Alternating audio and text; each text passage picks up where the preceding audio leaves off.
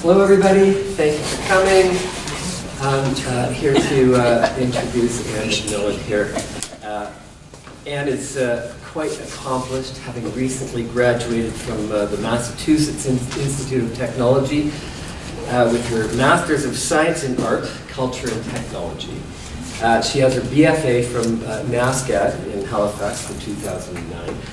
She earned a Fulbright scholarship. Her work has been supported by the Canada Council for the Arts, the Natition Foundation, and in 2008, the Joseph Boys Memorial Scholarship, among many others, at NASCAD. She's exhibited widely in Halifax, Canada, and the United States. Hermes Gallery, Halifax. I've never heard of the Hermes Gallery. Yeah, it's kind of new. It's a co-op gallery, yeah, run by many like artists in Halifax that wanted a place to show their work. Okay. Yeah, I was invited to. It was curated in there by Becky Walters. Anyway. Okay. Yeah. Good. Yeah. Mount St. Vincent Art Gallery a number of times, the Banff Center for the Arts.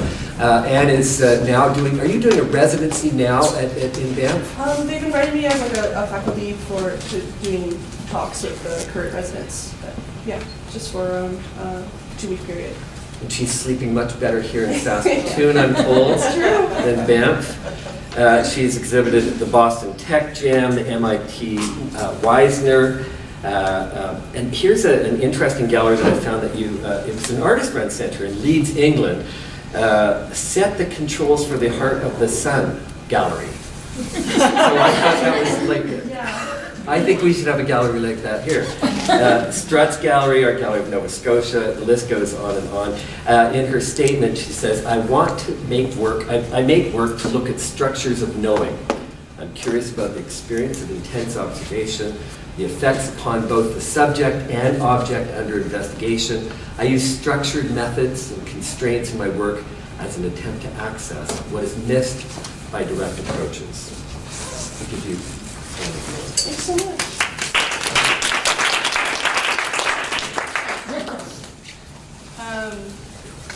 Thank you so much for having me. It's a pleasure to be here and share my work with you all.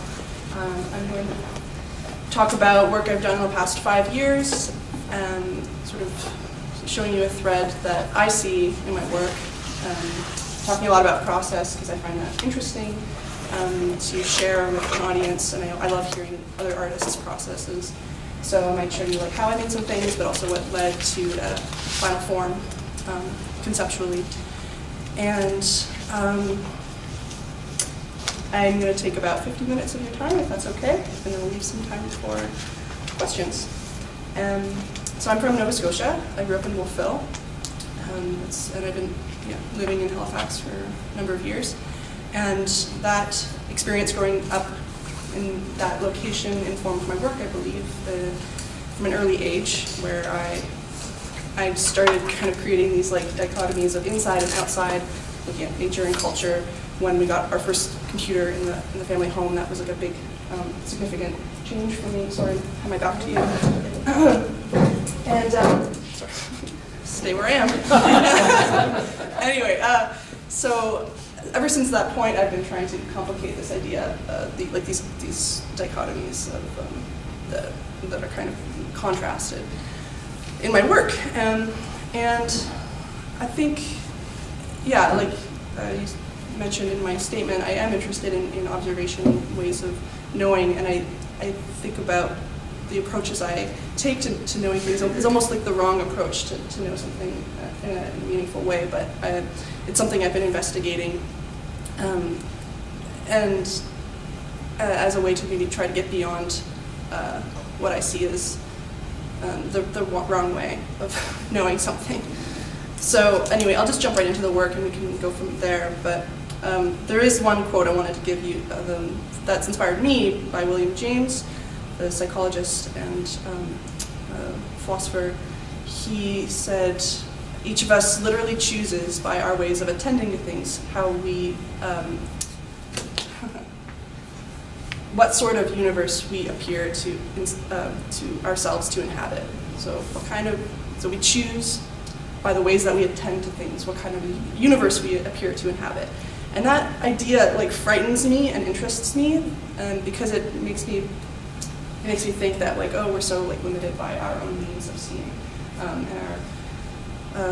that there's like always going to be infinitely more perspectives and voices and ideas that we are like incapable of knowing, and that we can know that they're there, I suppose. So, with that said, let's see. I guess I just want to reiterate one thing that you mentioned in my statement, that I make work using structures to, as an attempt to see what's missed by that structured way of seeing. Okay, so in 2012 I started this project called Boxes for Rocks, and these images I'm going to be showing you are just sketches from a sketchbook that it's really important for me to keep a journal or a sketchbook to kind of gather my thoughts as I'm working. Helps me remember what interests me. So this project started with me just collecting rocks. I'd be walking just anywhere, really, just going to the grocery store, going down to downtown, and I'd be just struck by a rock, or not struck literally, but like my attention would be struck by a rock on the road, and I would pick it up and keep note of something about that situation, kind of imprint it in my memory by giving it a kind of anecdotal name. So these names are kind of coded names for the rocks, each one. I made 44 of them. And so, like for example, give a good one. SMLGRNS. I just took out all the vowels, but it stands for small greens, where I had like a really small salad that day. Just like funny little things that only I would really remember. Z103 was like outside of a radio station called Z103, and then Z104 was like another rock I found another day outside of Z103 station. Anyway, so and then I also have the date and the percentage that correlates to the process that I used these rocks, that I had them undergo, which was I scanned their forms in 3D using a 3D scanner, and I took those geometries and I took them and I reduced the resolution so that they're more basic, had less facets, and then I unfolded them and I laser cut them and laser scored. So it's cut along the edges and just scored in these areas out of cardboard, and then I like hand folded them back over the rock. And I made, like I said, about 44 or 45 of those.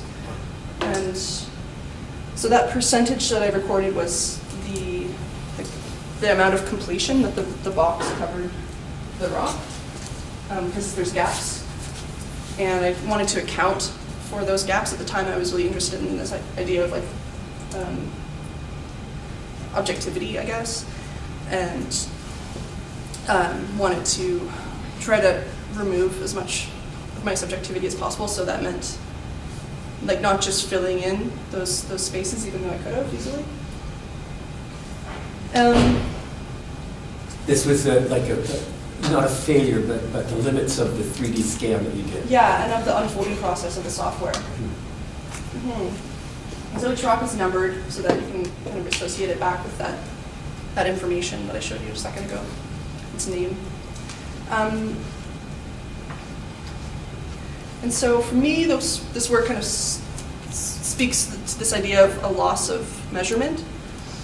And there's I'm interested in this weird gesture that I had about misguided attention to something that doesn't really require it or need it. Because these are both, there's a push-pull here between these boxes being like approximations and also like an idea of complexity. Like they're both sensitive and they're very rudimentary shapes at the same time compared to the original really extremely complex form of the original rock. So they're more sensitive than a six-sided box, but they're a lot more basic than the actual form that's hiding within. And I like that they both reveal the contents and hide the contents at the same time. And I like that there's like, that they're more fragile as a container than they are, than the contents with which it's encapsulating. So all those like things, those contradictory things were interesting and created a tension that I liked. This is how I was installed at the MSVU Mount St. Vincent University Art Gallery. So that was a solo show. And on the back wall is the drawing series I'm going to talk about next, which is called Contours of Near-Earth Asteroids. So I started this project by getting these 3D models from NASA and the Charles Institute of Prague. I just emailed them and asked them.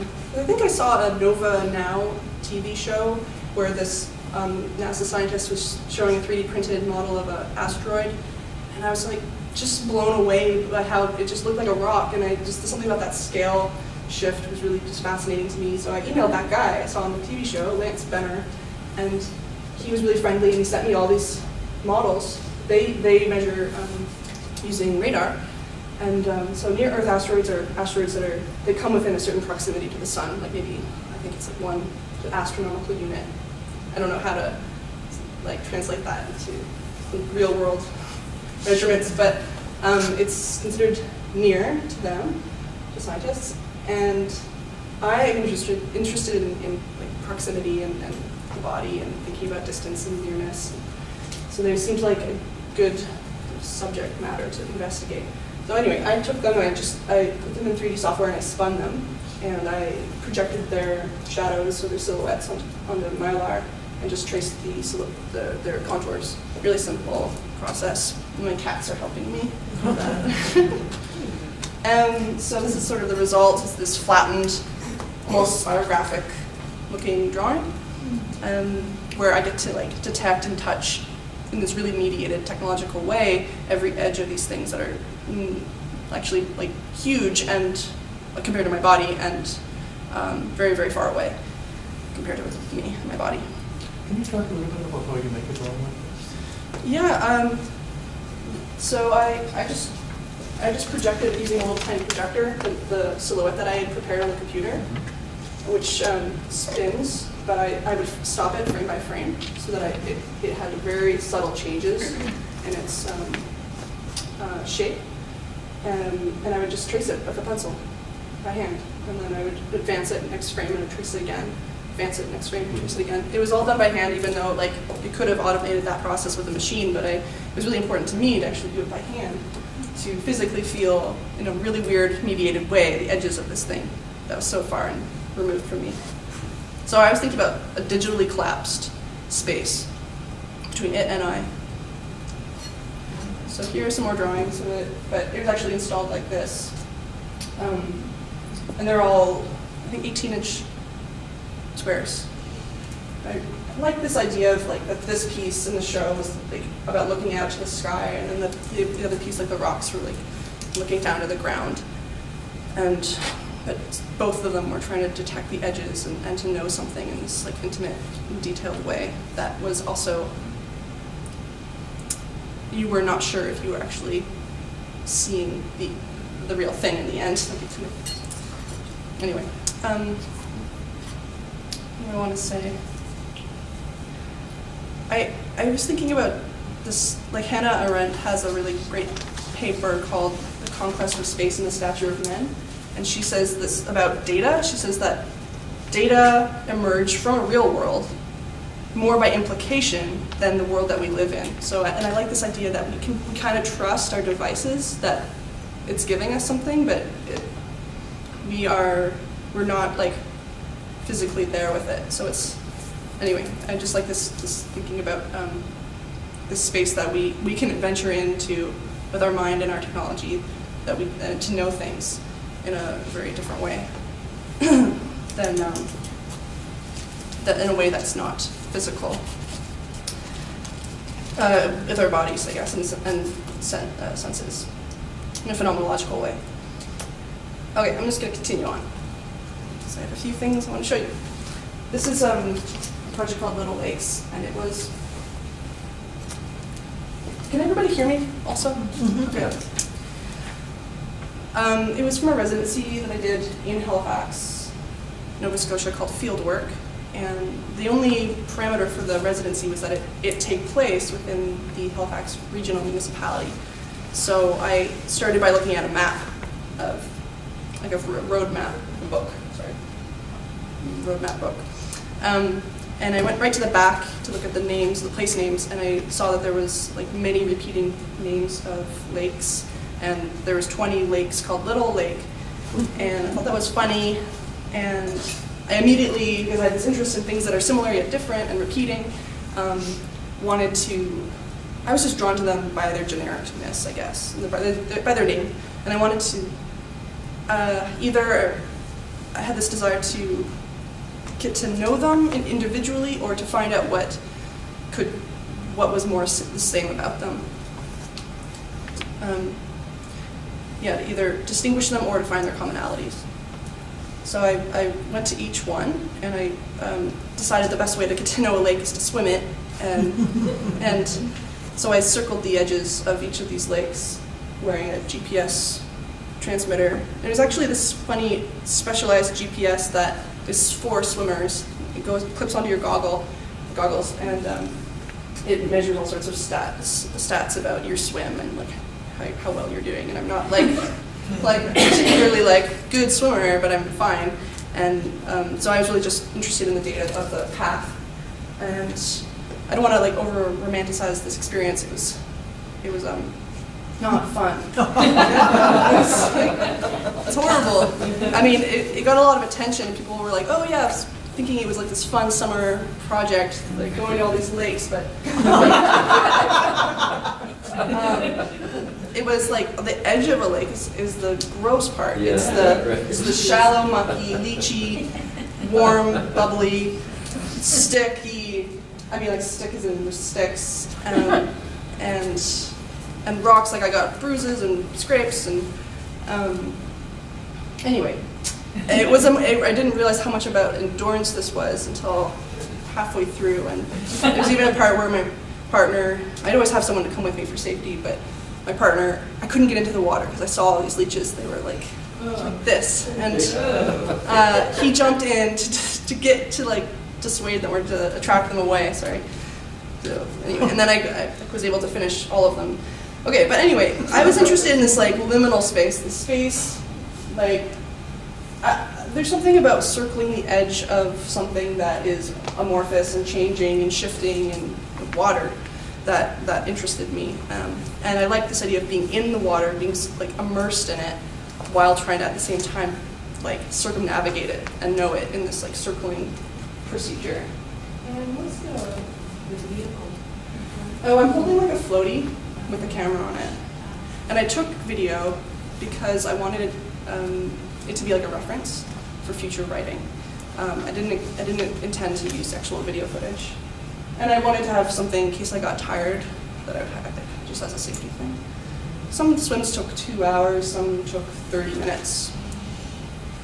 Okay, but I used oh, do you have a question? Oh, sorry, I thought I cut you off. So I used the GPS data to structure writing. So if a certain swim took like 483 points in order to record its perimeter, then I would make a piece of writing with 483 words. And the writing is much more poetic, or it's more about the experience of swimming. And it's just using that structure as a way to present it in a formal way. So you read it like I swam it. So this is just an example of the page, but you read it this way, you know? And here's a scale bar. And so it's like looking at a map. And the scale bar indicates if there's any like change in the zoom level.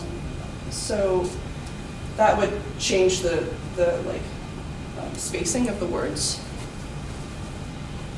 So now it's changed a little bit. So that way I was able to make my writing and then kind of control the zoom so that I could control the flow of the reading. Sorry, can I clarify? Sure.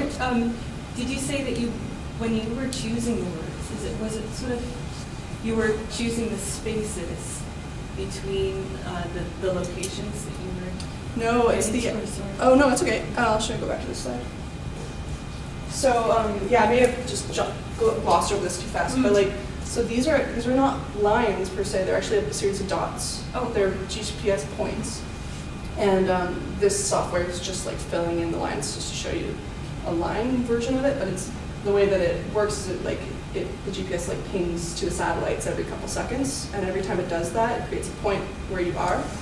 And you can control the resolution of that. I think I had it set to like every 4 seconds or something. So when you got to the writing part of it, were you randomly choosing words? No, it was. Or were you thinking of these words while you were doing the swimming? No, I wasn't thinking of the words. I was just taking in my experience. Okay. And so, like in this piece of writing, it says again and again I encounter grave planks, and it's just referring to. Like when I was swimming that lake, I bumped into these things that I felt like were coffins, and I was really scared.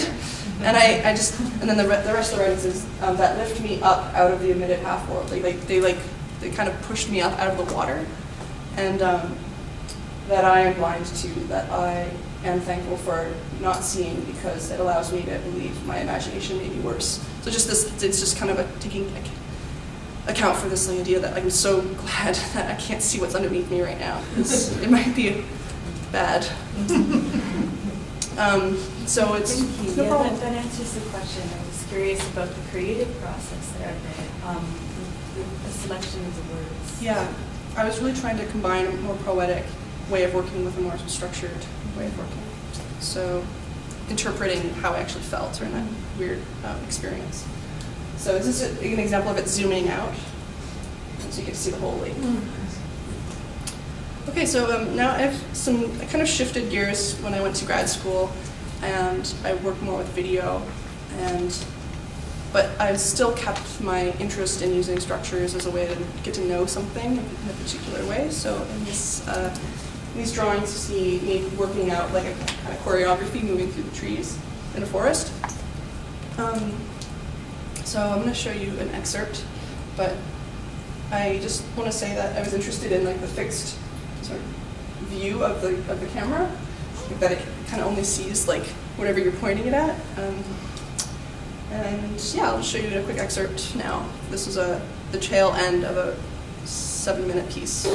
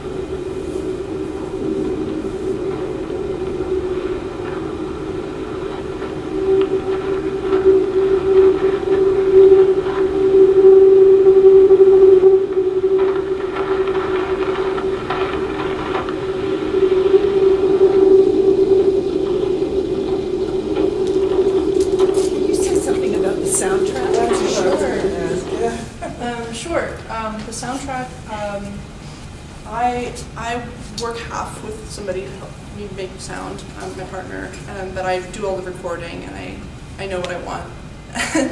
And I wanted, so the recording is just of me walking and approaching these trees, but then every time you get to the point of the tree coming into clarity, I wanted the sound of like where your ears are kind of muffled and you're about to, that feeling like right before you're about to pass out, like where you have like a really acute focus or something, like where everything else in your periphery is all diminished. So that's conceptually what I wanted. He would have achieved that by, I think, playing with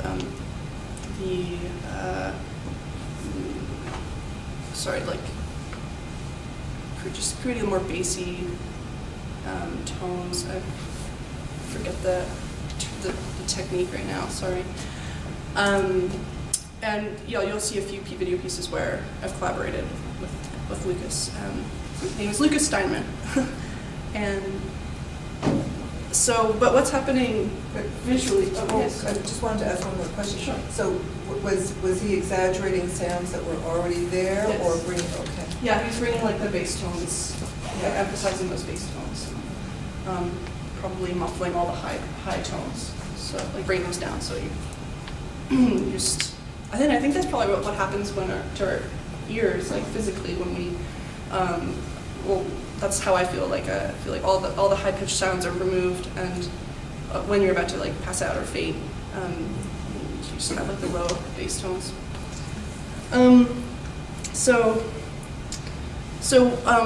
Technically, what's happening when in this piece is there's two like digital images that are being swapped. There's the handheld footage, and then there's 3D models of the same tree that are inserted at the moment right when it becomes close. So for me, I was like interested in a 3D model as something that's like that hollows out whatever it's a hollowing out process. So I created this choreography for the trees, but then I also I went and I scanned all of those same trunks, and I tried to match them so that when you approach it, it swaps it out. And I think for me, I was trying to get at this idea of like proximity. I'm trying to get, when you get close to something, it becomes removed or it becomes changed, and it's like just a hollow artificial version of what it once was when you had some sort of distance from it. So I was thinking about that in terms of the relationship to maybe like just like knowledge and knowing something, how you can over describe something and then be left with a hollowed out version of it, or or a deadened version of what it once was. I think a lot about attention, like different modes of attention, like a fixed, intense mode versus a diffuse and relaxed and way of like being, of like a daydreaming.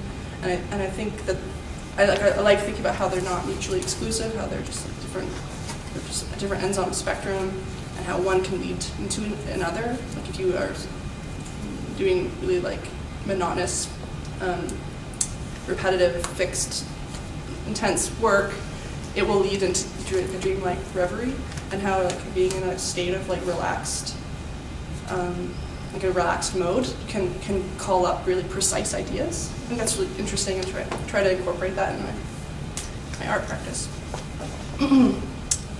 So this next piece, just I guess what I would say is that I look to my really like my mundane environment and everyday experiences for inspiration. And for this piece, I was just struck by how my body changes its form when there's like worms out on the sidewalk after it rains. It's like a little silly, but I was really interested in like how I stop and I slow down and I walk in these weird ways that it was about trying to understand this anxiety I have about not knowing the future path, like the path and how to operate along this path. So I made this video. while the left leg acts as the fulcrum.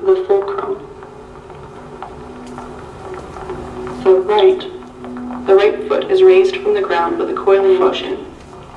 Is raised from the This is how it's installed. while the left leg acts. Yeah, it was installed in Sackville, New Brunswick, in this music hall. It's a really large 60-foot projection.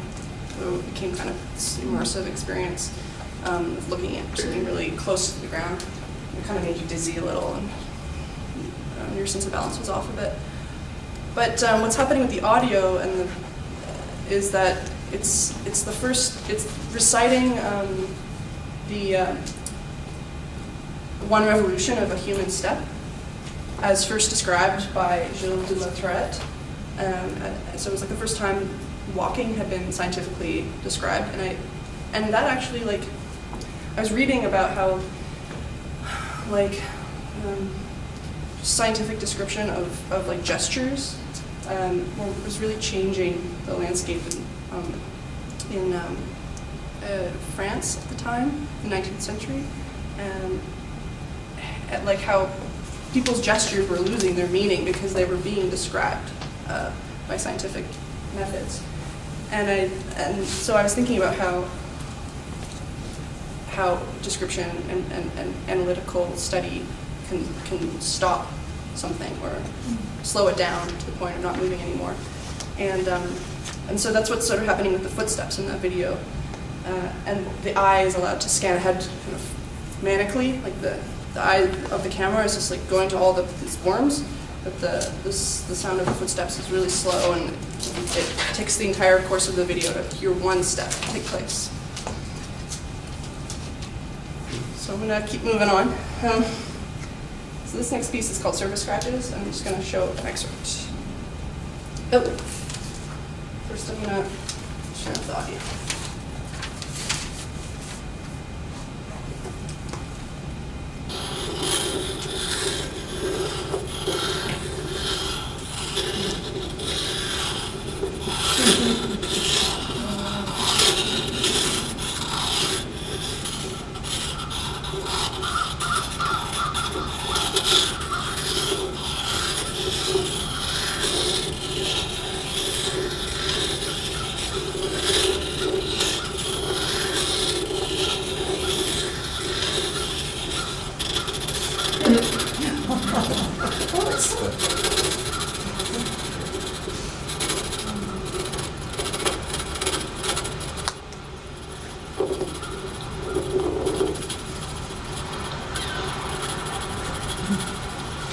Consider this a collaborative piece? Yeah, I do. I absolutely do. That's what I wanted to talk about.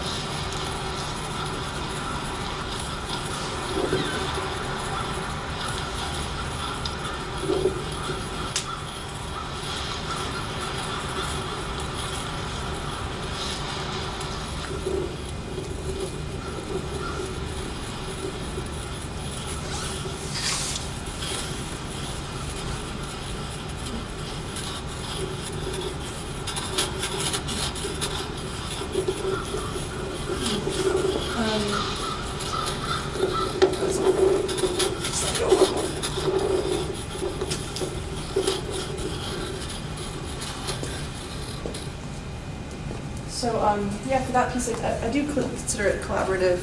It was the first, like, I didn't expect this to happen. I didn't expect to feel that way when I made it, because I went in with the intention of doing another kind of tracking piece where I track the movement of something. But what it ended up feeling more like after I saw it was like less that I was trying to know it, but I was trying to hold up, that I was like in the position of holding up this method of it to inscribe upon.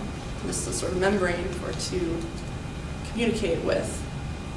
So often I think about when I'm making these projects, like the subject-object relationship, like what's my what's my stance as the artist in this relationship of looking and knowing this other thing.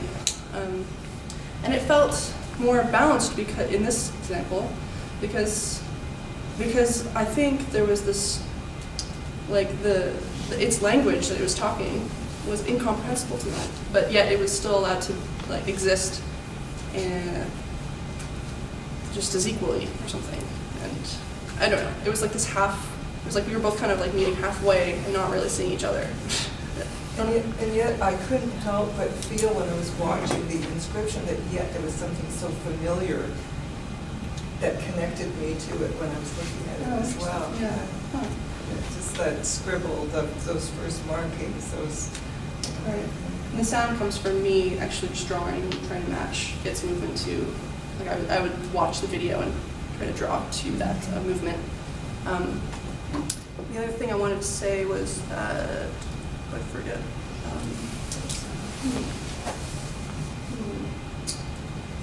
Just that I think that I was inspired by this piece of writing by Trentine Menhall, who's a filmmaker, and she talks about this method of speaking nearby as opposed to speaking about, and I just was inspired by her approach to art making. It was about this idea of not trying to, well, she's been talking in response to documentary film in particular, so she's just interested, she's really sensitive to approaches to address complex issues, and I really respected this approach a poetic approach of knowing something, of going around it indirectly as opposed to trying to hammer it on the head and tell you what it is.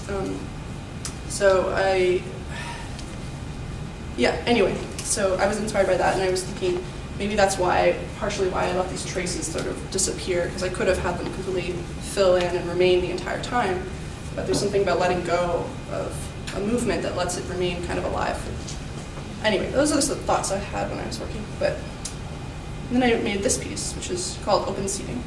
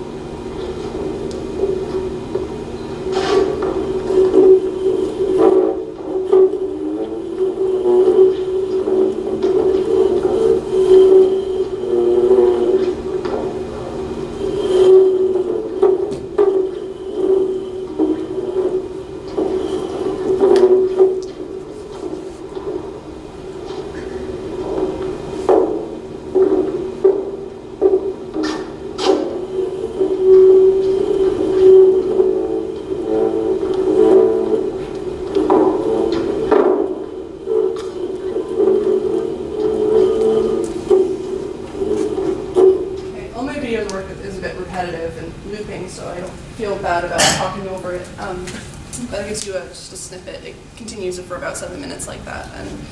And so this was actually shot in an empty studio floor, and I inserted 3D models with chairs afterwards in the post-production in Cinema 4D, I think I used. So these chairs were like little puppets that I told to, mimic my every motion as the camera person, so that it feels like you're in that space. And I applied some lights, so it looks like they're integrated in. But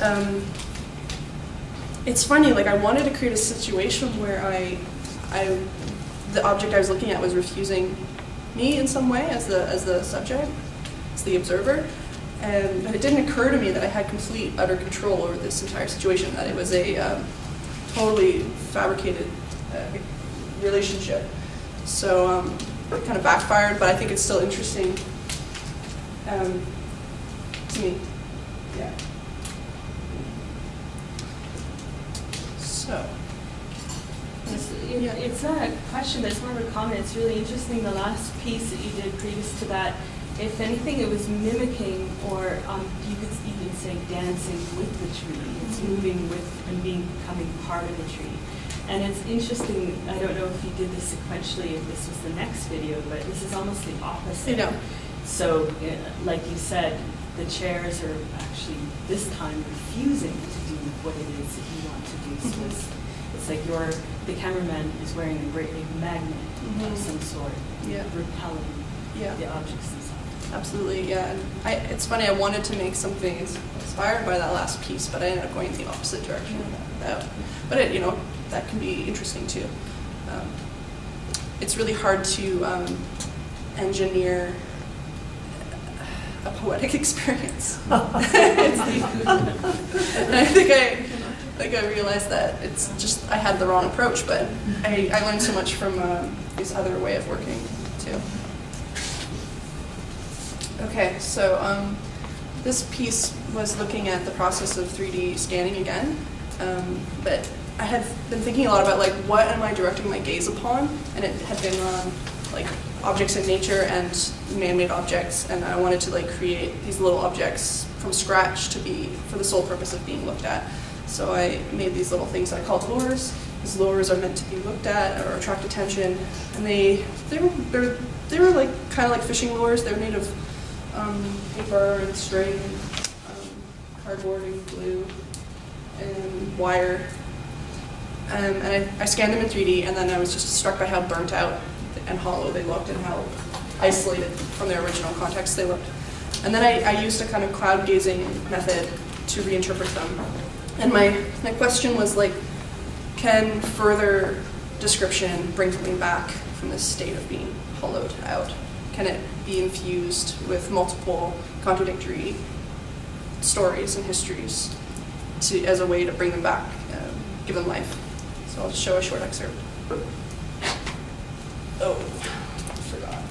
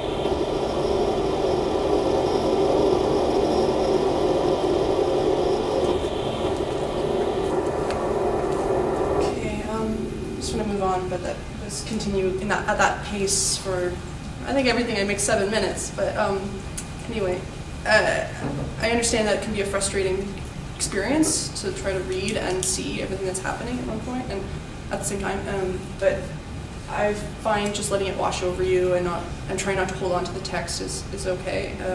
But I guess I can't control how people want to see it. But I think for that, what I liked about that work is that there's a contradiction between this insistence for giving you information, but then it really not amounting to anything, or there's contradiction between it being like, lost my thought. A contradiction between,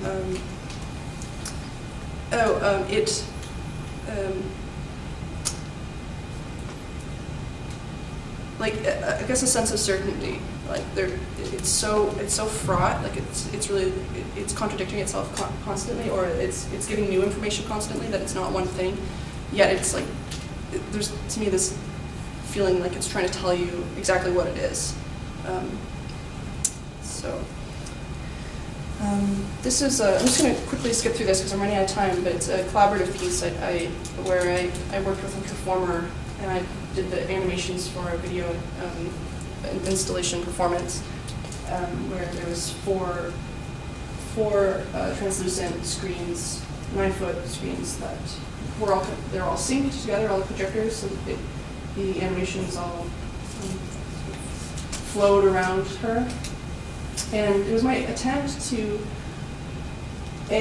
work with a performer to give up some sort of control in that process at the time, and think about observation not from this first-person perspective that I had been using video for, but now we were looking in third person, where the audience instead gets to look at the performer experiencing her and seeing her environment.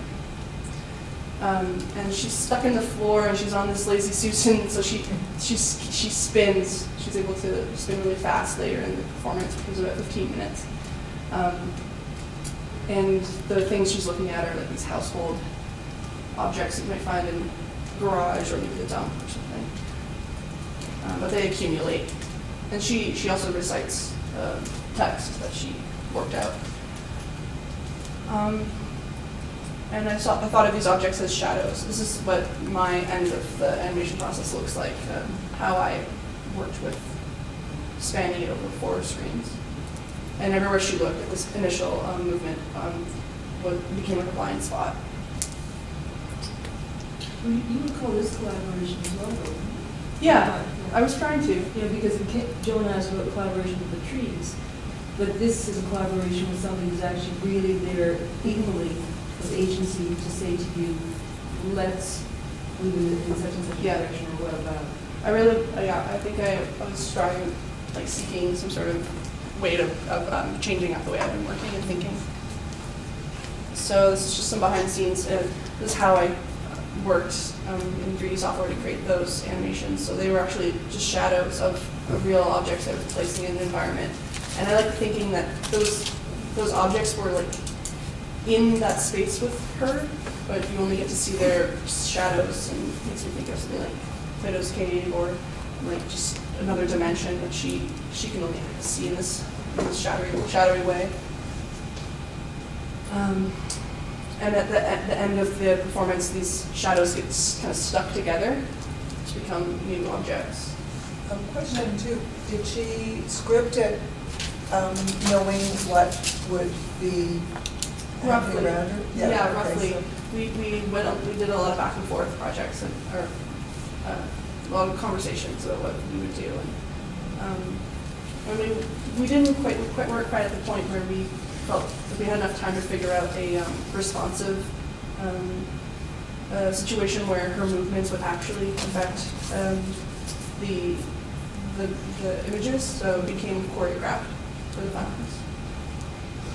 So this project was what I created on a 2-month residency at the Banff Center last summer.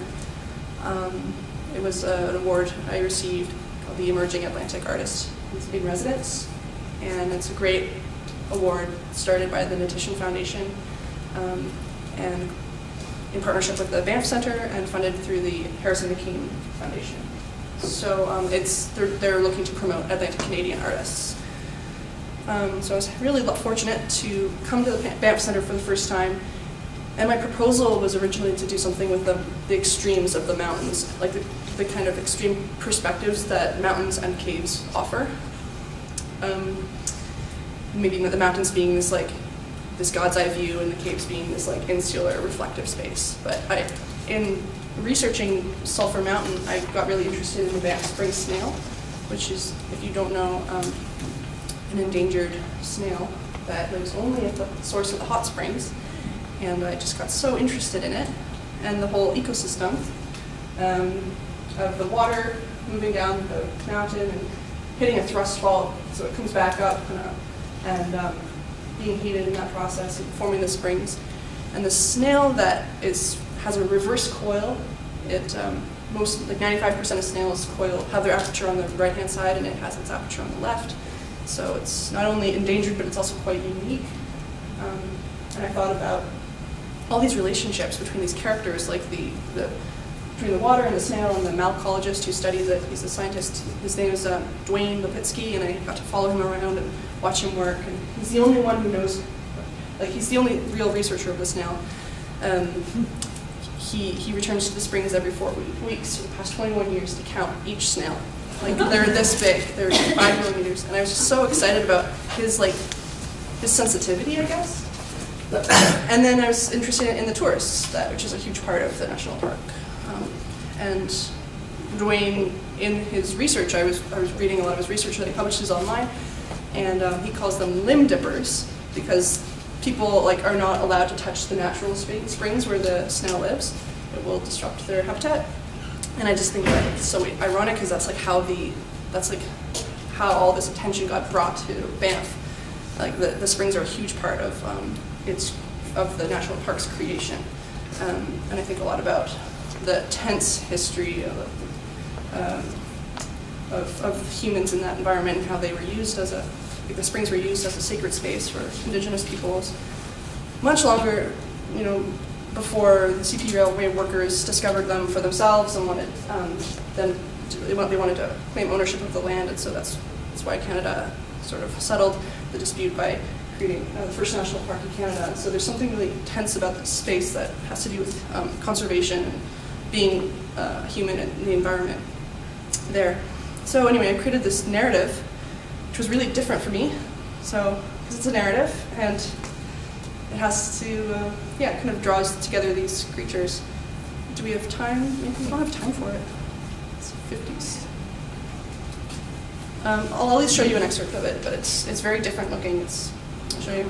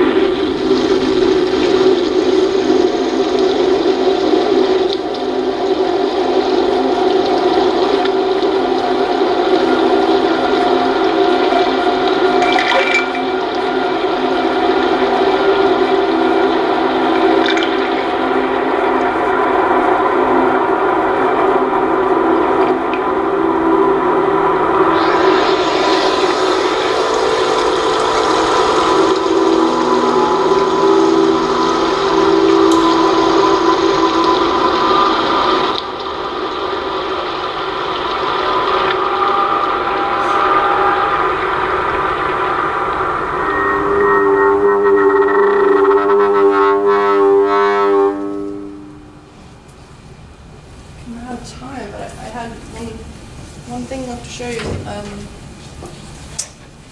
I had an amazing residency in Paris this fall at the Cité through Canada Council. It's inspired by containers and contents again, my interest in shifting containers and contents. And I don't have time to really talk about this other than tell you I was keeping a lot of notes about my environment and making these maps based on garden plans, and I created this really quickly. I'll show you.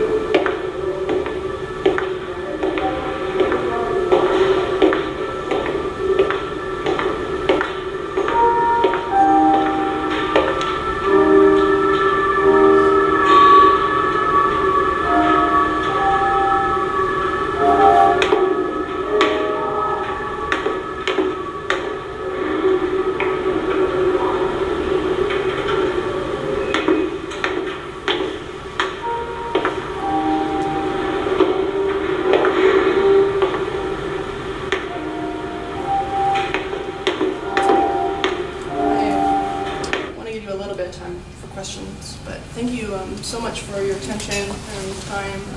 Really a pleasure to present and speak about things that I love and have been learning about. So yeah, happy to take any questions you have.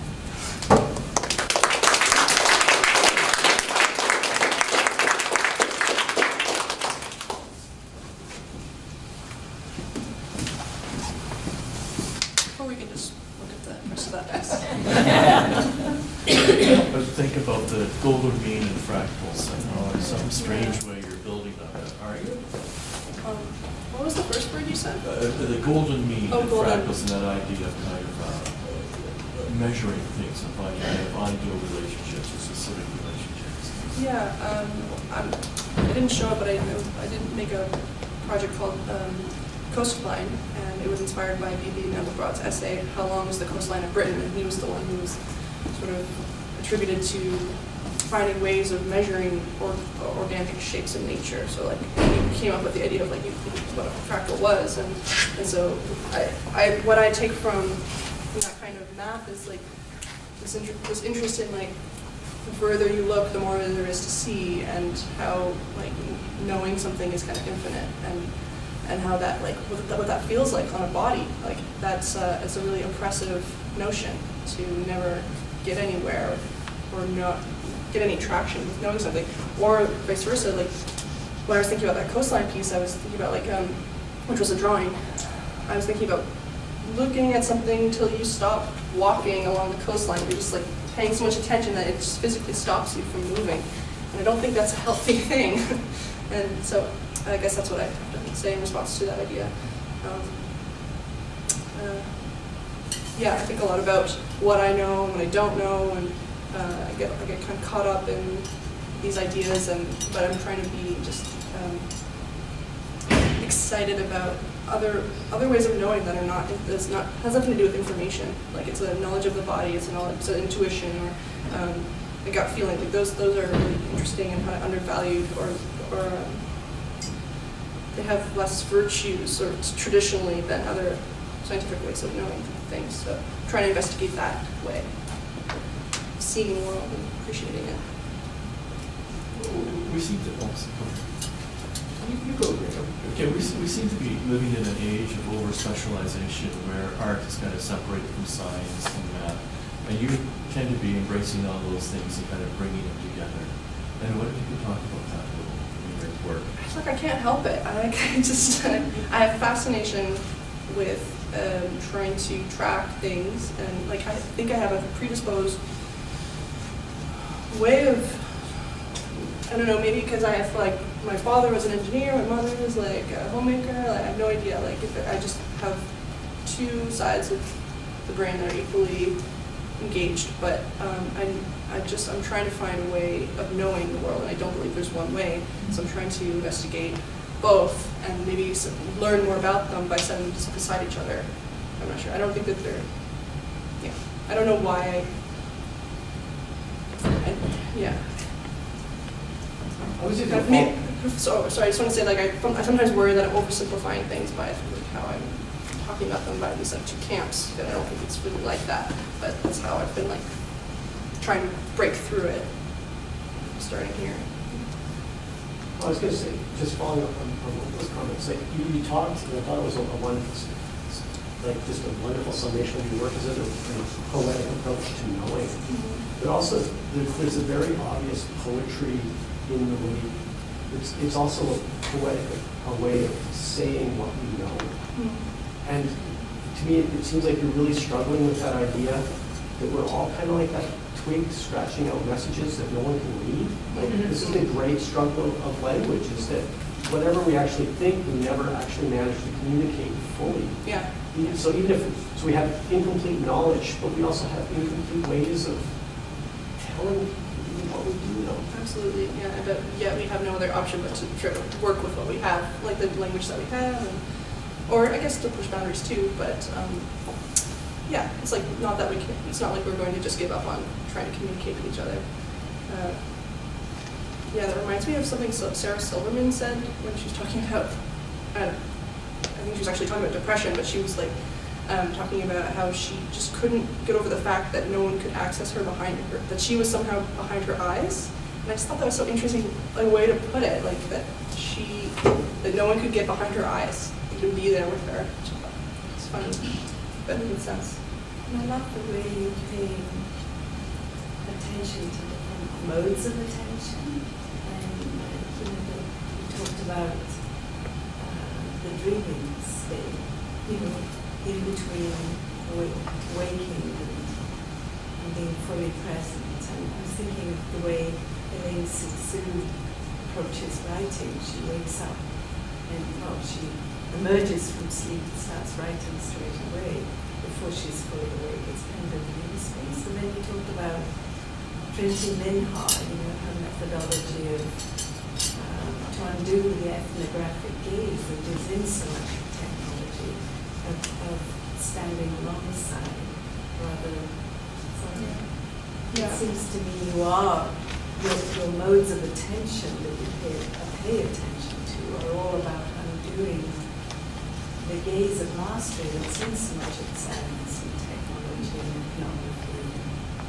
Trying to be sensitive to that, and then also because when I first went to MIT, I knew I had an interest in a scientific methodology, and I think during that time, all that kind of unraveled for me, and I realized, oh my gosh, I think I just kind of realized my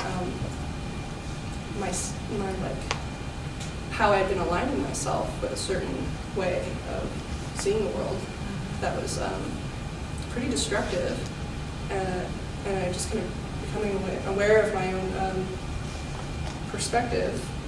So it's really important for me to see, to have heroes or mentors, and well, not mentors, but inspiration from that, like her and others. I'm also a fan of Gertrude Stein, sort of approach to thinking about language. I was going to say something else. Your work reminds me also of the struggle of women who are pregnant to actually describe their embodied experiences as they used to in the 18th century, and they would be taken as the expert to the use of technologies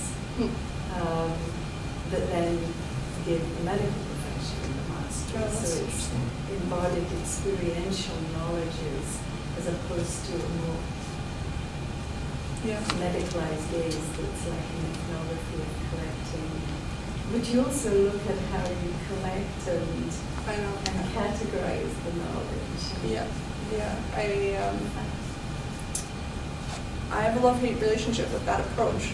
It's I really like the Codex Seraphinianus, which is an imaginary surreal encyclopedia, because he's using this look of structured ways of seeing to accompany a completely surreal way of seeing. And he knows what he's doing. He's using this structure on purpose to inform this and to support this other way of looking, or to put them side by side and compare them so that one reveals the other, more contrast. Maybe that's what I'm trying to do, but I would actually like, because my criticism of my own work is you're using a kind of structure as a way to see what's beyond it, but why not just try to use a methodology that is just completely different, that's more in line with these other artists that are working more poetically. So I think that's a new terrain for me that I'm going to be working towards. I also was really fascinated by your 3D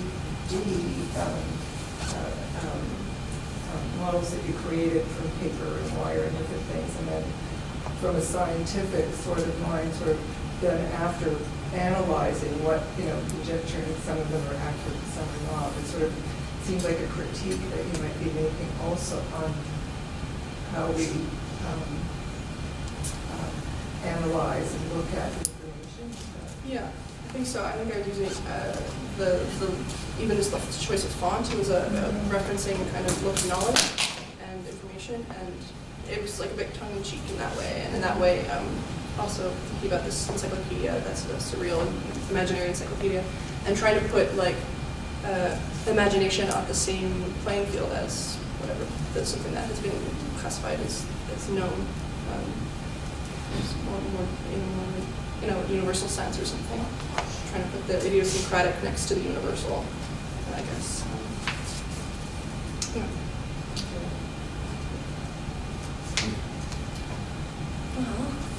I noticed one shift, and I think how I would articulate it is from your first work with the swimming, Yeah. which is really, it starts in a performative action.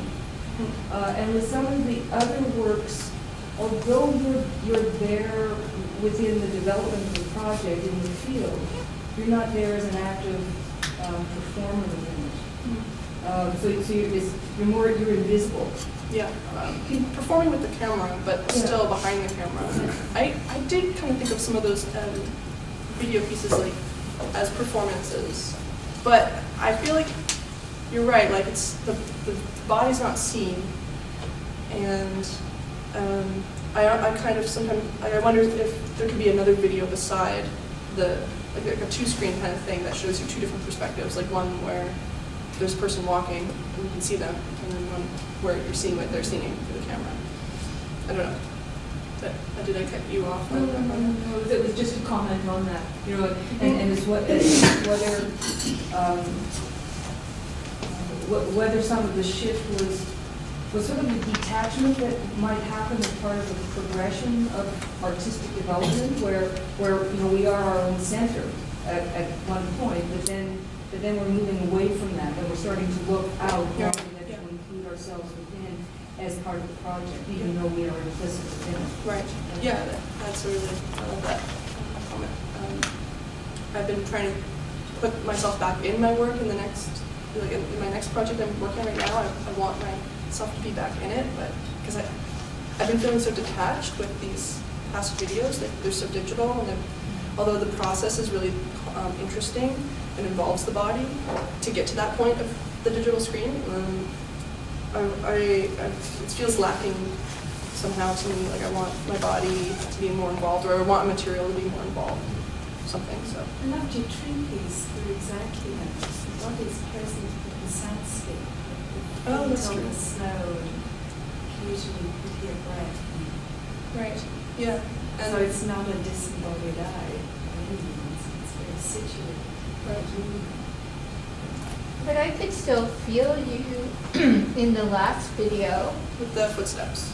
Or the- no, even the one that you did in Paris. I could feel you maybe, but at the keyboard. Yeah. It's like you were performing the keyboard by writing the text, and maybe the soundtrack helped add to that. Yeah, But- it is like the movement is controlled by the footsteps of the. I think that's what we're hearing. It's like every time there's a shift in the boxes, it's by a footstep. Yeah, for me, there was a strong sense in that. And even the beautiful little narrative that was really delightful and informative. But both of those were made on residencies where you weren't from there, right? So Right. maybe that had something to do with. Yeah. Probably. Yeah. I also feel like, you know, I can sort of feel you throughout all of this work, and I very much appreciate that. And your use of these kind of high-tech gizmos, but you still are very much in there, and that's very kind of rare, I think. I was quite delighted to see this stuff. When you talked about description as being a way of, what did you say exactly, emptying out or something? Yeah, a number of people, you know, have talked about this. It's a long philosophical issue, but like, I think I was just getting this idea that, yeah, like description can kind of empty out what you're seeing and replace yourself with it, and so you really end up only seeing like a reflection of yourself and how you're describing something. I mean, Wallace Stevens has this poem called the Poem That Took the Place of the Mountain, and that's the title of the poem. And I love that title. It's just like he's acknowledging that this poem is going to take the place of the object he's about to talk about in his poem. So, and then William Wordsworth talked a lot about like the dissection of the thing. I forget his famous quote, but he talks about the dissection of words or something. that words will dissect something that in through description. And this is all about representation, not Yeah. the limitations of language. Yeah. And our ability to really get at something, right? The language, the words, the symbols are replacing something that is now sort of absent, right? Yeah. And even a way of thinking about science, you can think of science as a way of, like, for the first time, you decide that you don't know anything. And that now we have to try to, like, construct everything from nothing. Right. I have another good quote that relates to that. Robert Heinlein, the sci-fi writer, said, "Humans are not rational creatures, but they're rationalizing creatures." Which I like. Just like we love to try to figure things out.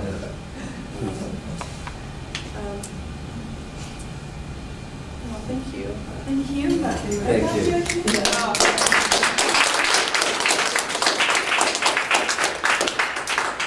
Thanks for your time.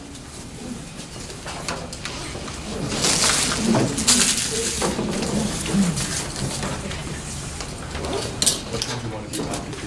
Well, I think we should give Annie a little bit of a break.